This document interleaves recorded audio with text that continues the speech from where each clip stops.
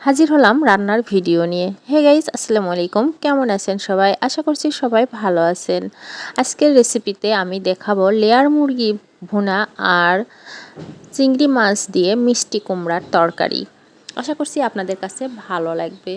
তো প্রেশার কুকারে আমি এখানে লেয়ার মুরগি আর সব ধরনের মশলা দিয়ে এখানে আগে থেকেই রেডি করে রেখেছি। আর এখন আমি চিংড়ি মাছটা রান্না করব।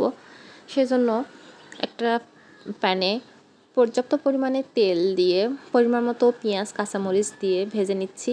আর এদিকে আমি মুরগির মাংসটা যে রেডি করে রেখেছিলাম সেটা প্রথমে নেড়ে চেড়ে দিচ্ছি।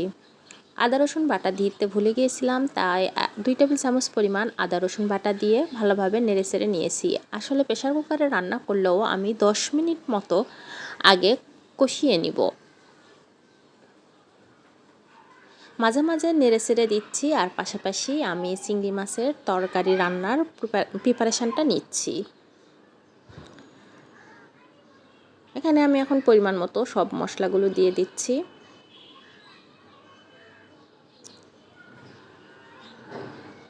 মশলা কষিয়ে নিব।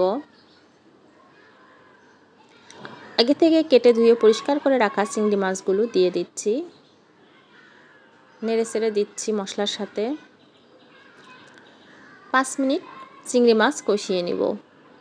এদিকে মুরগির মাংসটা আমার কষানো হয়েছে, পরিমাণ মতো পানি দিয়ে দিচ্ছি। এখন ঢাকনা লাগিয়ে সিটি দিয়ে নিব 5 থেকে 6টি। এদিকে চিংড়ি মাছ কষানো হয়েছে, আমি আগে থেকে কেটে ধুয়ে পরিষ্কার করে রাখা মিষ্টি কুমড়া দিয়ে দিচ্ছি। মাছের সাথে মিষ্টি কুমড়াটা ভালোভাবে নেড়ে চেড়ে নিয়ে 2 মিনিট ঢেকে রাখবো। ঢাকনা উঠিয়ে আবারও নেড়ে চেড়ে দিচ্ছি। দিয়ে দিচ্ছি পরিমাণ মতো পানি। আবারও ঢেকে রান্না করব আর মাঝে ঢাকনা উঠিয়ে নেড়ে চেড়ে দিব।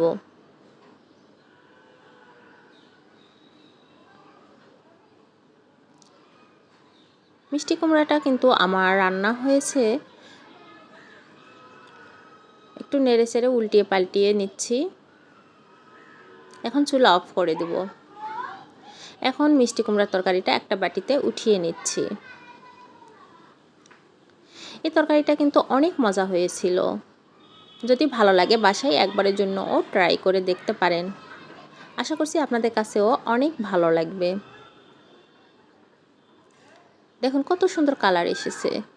এদিকে আমি এখন মুরগির মাংসের বাকি প্রিপারেশনটা করে নিব। আমি সিটি দিয়ে রেখেছিলাম, এখন আবারও কিছুক্ষণ কষিয়ে নিব। 5-7 মিনিট এভাবে কষিয়ে নিব। এই যে মাঝে মধ্যে নেড়ে চেড়ে দিয়ে কষিয়ে নিচ্ছি। দেখুন কত সুন্দর কালার এসেছে। লেয়ার মুরগিটা এমনিতে অনেক বেশি অয়েলি হয়, তাই আমি একটু আলু দিয়েছি। আজকের ভিডিওটা যদি আপনাদের কাছে একটুও ভালো লেগে থাকে তাহলে অবশ্যই লাইক কমেন্ট শেয়ার করবেন। ইউটিউব চ্যানেল থেকে দেখলে অবশ্যই সাবস্ক্রাইব করবেন। পেজ থেকে দেখলে